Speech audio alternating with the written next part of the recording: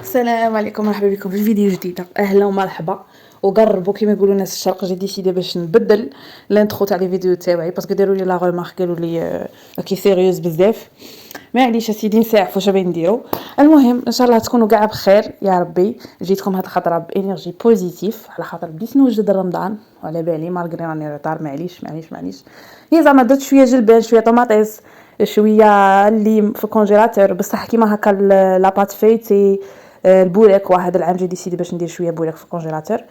هاد الخطره عاد باش بديت. شوفوا في هاد لا فيديو غادي ندير معكم لاباط فايتي بجميع اثار نجاحها. هاد لاباط فايتي ناجحه مليار في المية، ماشي 100%، مليار في المية. يعني ديروها وعينيكم مغمضين. تبعوا لا فيديو باش تعرفوا المقادير والمكونات وجميع اثار نجاحها. الوغ عندكم كيلو تاع فرينه. انا هنا استخدمت فرينه ماما. توجور كي خدموا بالفرينه لا تي 45، يعني لا بلو رافيني كاع فيهم. وتسحقوا فيها 500 غرام تاع مارغرين توريق. انا هذا العام شريت هذيك اوبلين ومليحه صراحه، يعني كاليتي تاعها سوبيريور. ديروا معاها 8 مغارف. هنا الفرينه تاعي غادي ندير معاها 8 مغارف كبار تاع الزيت ومغرفه صغيره تاع ملح. نبسسها غايه بيديه، ندخل فيها كاع هذاك الزيت كيما راكم تشوفوا هكا. هي وما تنسيش ديري نجان في طريقك. ميرسي.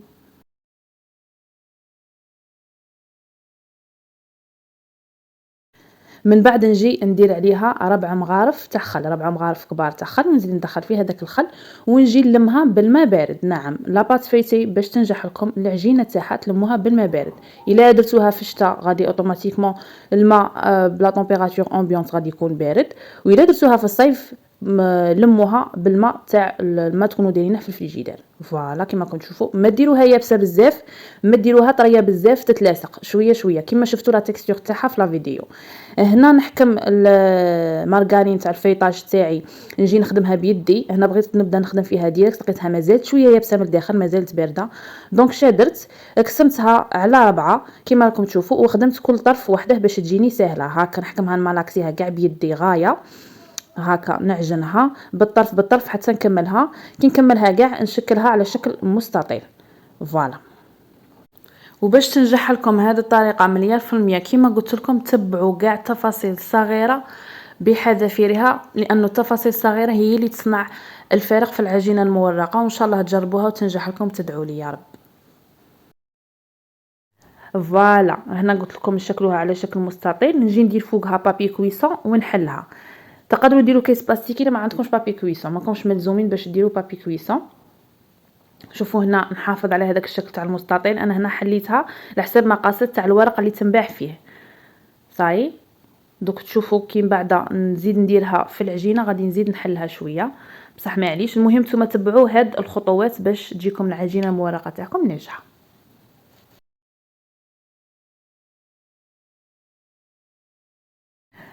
هانتوما هنا من بعد اللي كملت خدمت لا مارغرين تاعي، لا بات تاعي كانت ريحت. نجي نرش لو بلون دو طرافاي تاعي، نسوبودريه بشويه تاع فانيله. لازم ضروري ديروا فانيله، وما تخافوش ما غاديش تيبس لكم العجينه باسكو غادي ديروا غير شويه. واصلا العجينه ماناش دايرينها يابسه، رانا دايرينها شويه طريه باش تجينا سهله في الخدمه.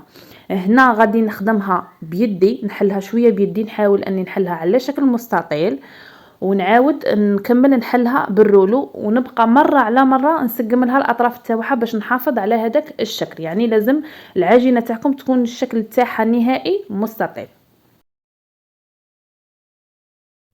هنا كما راكم تشوفوا مام الرولو تاعي درت فيه فرينه. ما تخافوش فرينه ماما على خاطر تشرب. ثم ليق مره على مره ترشوها غير بشويه تاع فرينه باش ما تلاصق لكمش في الرولو وتخسر لكم، تقعدوا غير ترقعوا فيها وتضيعوا في الوقت. علاه اختي ديري لي بريفونسيون تاعك احسن. فوالا نكمل على هذا المنوال. اذا العجينه المورقه نحتاجوها بزاف في رمضان. تقدروا ديروها سكري، تقدروا ديروها صالي. انا مره على مره نديرها صالي، يعني ندير مملحات بيها، ومرات نديرها سكري على جال القهوه تاع قهوه هذيك اللي من بعد الفطور، ولا خطرات على جال السحور. انا مره على مره نبغي نسحر بها، خاصه كي ندير دي شوسون سكري ديروهم بلا كونفيتور ولا بلي فخوي، ولا ديروا دي بالمي بالسكر ولا بالحسل. يعني هي بزاف براتيك وتنصاب بزاف في رمضان، وراني متاكده من بعد هاد لا فيديو صاي ما تولوش تعزوا عليها. غادي تربحوا دراهمكم، ما تقعدوش غير تخموا على من تكومونديها ولا منين تشريها ولا، و اون بليس دو سا تربحوا صحتكم، باسكو على بالكم باللي درتوها في دياركم وبيديكم، يعني اوتوماتيكمون غادي تكون نقيه 100%. فوالا شوفوا العجينه تاعي غادي نكمل نحلها.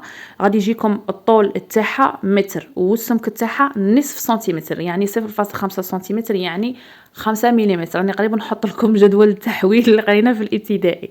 المهم راني ناكد الطول تاعها يجي فيه متر والسمك تاعها يجي فيه 0.5 سنتيمتر. اذا درتو تاع رطل تاع فرينه، يعني 500 غرام فرينه ب 250 غرام مارغرين التوريق، غادي ديروها الطول تاعها من 50 حتى 60 سنتيمتر، وتحافظوا على السمك اللي هو 0.5 سنتيمتر. فوالا هنا رحت حطيت فيها البلاكه هذيك تاع المارغرين تاع الفيطاج كيما شفتوا، زدت ايطاليتها شويه، حليتها شويه بمغرف صغيره على خاطر جاتني المقاسات تاعها جاوني شويه صغار بارابور للعجينه. نجي نبلعها كيما شفتوا في لا فيديو، ونابوي بصباعي على كاع الحواشي تاع العجينه، ونزيد نابوي عليهم بالرولو. صاي هنا المقطع تاع كي ابيت بالرولو راح لي ما صورتهش. المهم هنا نجي نسقمها، نحاول اني توجور نشكلها على شكل مستطيل ونسقمها كيما هكا بيدي. هاد الفقاعات تاع الهواء ما تخموش عليهم، يعني ما يخوفوكمش، بالعكس هذا دليل انه الفرينه اللي خدمتو بها مليحه، على خاطر لا فارين كل ما تكون غافين ويكون فيها بزاف الجلوتين يجوا فيها هادو فقاعات الهواء. حاولوا فقط كي تحلوا العجينه تاعكم انكم ما تفقعوهمش، يعني خلوهم كيما هكا، حاولوا انكم تحافظوا عليهم، هذا مكان سينو ما يخوفوكمش. هنا نجي ننفضها كاع من هذيك الفرينه اللي رشيتها بها، ونجي نطبقها على 4 ولا هذه على 3، لا نجي نطبقها على 3 منا، ونزيد نطبقها من الجهه الاخرى على 3. صاي كيما راكم تشوفوا، تبعوا فقط الطريقه باش يجيكم الفيطاج تاعها مليح. هنا ما بين تطبيقه وتطبيقه نخلي اسباس تاع حوالي 1 سنتيمتر، صاي نخلي مسافه تاع 1 سنتيمتر ما بين تطبيقه وتطبيقه. فوالا كيما قلت لكم نطبقها على 3 من وعلى 3 من، ونعاود نجي نطبقها على 2 كيما هكا ونحلها. هبلتكم بالهضره، راني نانسيستي عليكم ونشرح لكم الشرح الممل باش تجيكم لاباط فيتي كيما قلت لكم ناجحه مليار في المية، ماشي 100%. هنا نجي نحلها مره على الطول ومره على العرض. كي نحل الحلال تاعي نحاول اني نحل في جهه واحده، خاصه كي تكونوا ايطالي وفيها في الطول تحلوا على جهه، يعني تحلوا بالاتجاه هذا اللي عندكم وزيدوا تحلوا بالاتجاه المغاير، يعني ما تقعدوش تروحوا وتولوا عليها، باش السمك تاع المارغرين يجيكم متساوي مع السمك تاع العجينه. شوفوا هنا من بعد اللي كملت حليتها كاع، تجي فيها حوالي 1 سنتيمتر هكا في السمك، 1 حتى 1.5 سنتيمتر في السمك. نطبقها على 2 من هذه الجهه، ونزيد نطبقها على 2 من هذه الجهه، وكيما في الاول نخلي بيناتهم حوالي اسباس تاع 1 حتى 1.5 سنتيمتر باش نزيد نعاود نطبقها لا دوزيام فوا. بهذه الطريقه غادي تجي مطبقت لكم على 4. تما الاولى غادي نطبقوها من جهه على 3 ومن جهه على 3، ونزيدو نطبقوها على 2، غادي تجينا 6 طبقات، والزوجه نطبقوها على 2 منا وعلى 2 منا، ونزيدو نطبقوها لا دوزيام فوا غادي تجينا 4 طبقات. صاي نورمالمون هكا فهمتوا، ما كانش شرح مفصل وممل اكثر من هذا.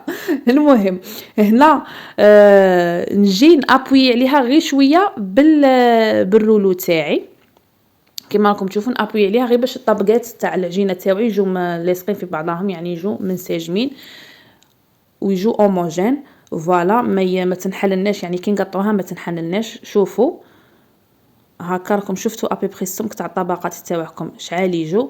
من بعد اللي سقمها غادي نقطعها باش نشوفوها من الداخل التوريق تاعها كي جا. فوالا هنا انا رحت قطعتها بخدمي صغير، نتوما من الاحسن تقطعوها بخدمي كبير لا عندكم. والقطع اللي ديروهم على حساب عدد الافراد العائله تاعكم. اذا كنتوا من فامي نومبروز بين هذه تاع هاد الكميه غادي تقطعوها غير على 3 ولا على 2. واذا كنتوا من فامي صغيره كيما انا نديرها على 4. شوفوا ما شاء الله التوريق يعني راه واضح، مالغري انه الاضاءه هنا كانت قويه بزاف، ولكن كي تجربوها غادي تشوفوا بالعين المجرده، تشوفوا التوريق يبان ما شاء الله. شوفوا الله يبارك ما شاء الله، قلت لكم ناجحه مليار في المية، يعني تقدروا تعتمدوها كاع العام ماشي غير في رمضان. مام للمشاريع تاع النساء المكيفات في البيوت اللي يبغوا يبداو مشروع هكا تاع بيع العجينه المورقه، ننصحكم بهذه الطريقه لانها ناجحه 100%. فوالا كيما راكم تشوفوا. هنا فقط اللي باغي يعرف كميه تاع كيلو فرينه وكيلو مارغرين تخرج لك اكثر من 2 كيلو تاع عجينه مرقه، ممكن تخرج لك 2 كيلو 300 ولا 2 كيلو 400 لا ماشي كتر. داكوغ فوالا هنا العجينه تاعي راهي واجده. انا غادي نزيد كميه واحده اخرى على خاطر هذه ما تقدنيش. ان شاء الله تكون عجبتكم لا فيديو، نتمنى انكم تجربوا الطريقه، ما تنسوش تشتركوا وتفعلوا زر الجرس وديروا الجيم. مع السلامه في فيديو اخر من تحضيرات رمضان. stay tuned.